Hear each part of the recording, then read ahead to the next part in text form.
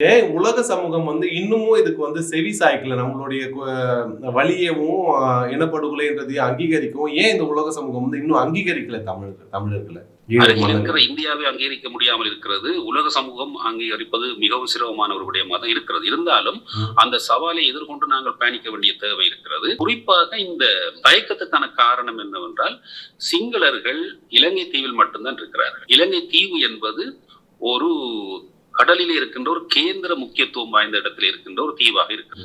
அப்போ இந்த தீவில இருக்கக்கூடிய ஆட்சி அதிகாரத்தை தக்க வைத்திருக்கக்கூடிய ஒரு ஒற்றையாட்சி வடிவத்தில் இருக்கக்கூடிய மிக இறுக்கமான ஒரு ஒற்றையாட்சியை கொண்டிருக்கக்கூடிய இந்த இலங்கையை உருவாக்கியது பிரித்தானியர்கள் தான். தமிழர்கள் சம உரிமை கேட்டார்கள், பிறகு கூட்டாட்சி கேட்டார்கள். இதையெல்லாம் மறுத்து ஒரு தீவிரமடைந்திருக்கின்ற ஒரு ஒற்றையாட்சியாக இருக்கின்ற இந்த பேரினவாத அரசை பகைத்து விட்டால், நேரடியாக பகைத்து இன அழிப்பு என்பது மிக பெரும் குற்றம், சர்வதேச குற்றங்களிலேயே மிக பெரும் குற்றம்.